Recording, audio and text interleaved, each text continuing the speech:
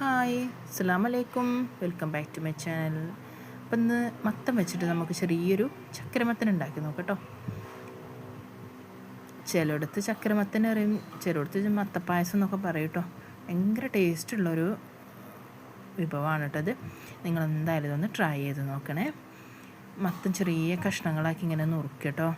എന്നിട്ട് കുക്കറിലേക്ക് ഇട്ടിട്ട് ഒരു 2 വിസിൽ വരുത്തണേ.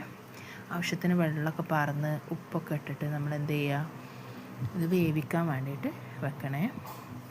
അതിനിടയിൽ ഞാൻ പൊടി വാട്ടിയിരുന്നു കേട്ടോ. അത് കുഴച്ച് റെഡിയാക്കി വെച്ചിട്ടുണ്ട്.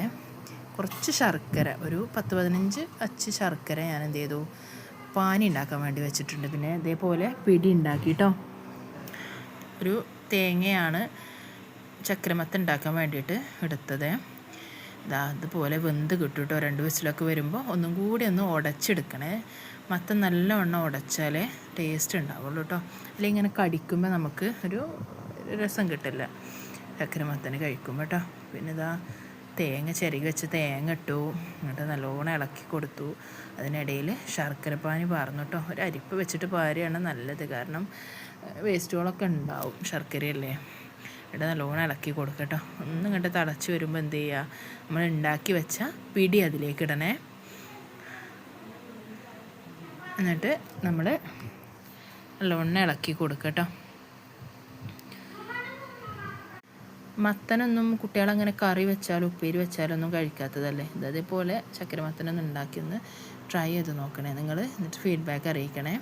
എൻ്റെ ചാനൽ ആദ്യമായിട്ട് കാണുന്ന ആളുകളാണെങ്കിൽ ഒന്ന് സബ്സ്ക്രൈബ് ചെയ്ത് കൂടിക്കോളൂ. ഇതേപോലെ നല്ല വീഡിയോസ് ഞാൻ ഇനി ഇടുന്നതായിരിക്കും കേട്ടോ. കുറച്ച് പൊടി കലക്കി പാർന്നു, അതുപോലെ തന്നെ ശർക്കരപ്പാനി പാർന്ന് നല്ലോണം ഇളക്കിയതല്ലേ.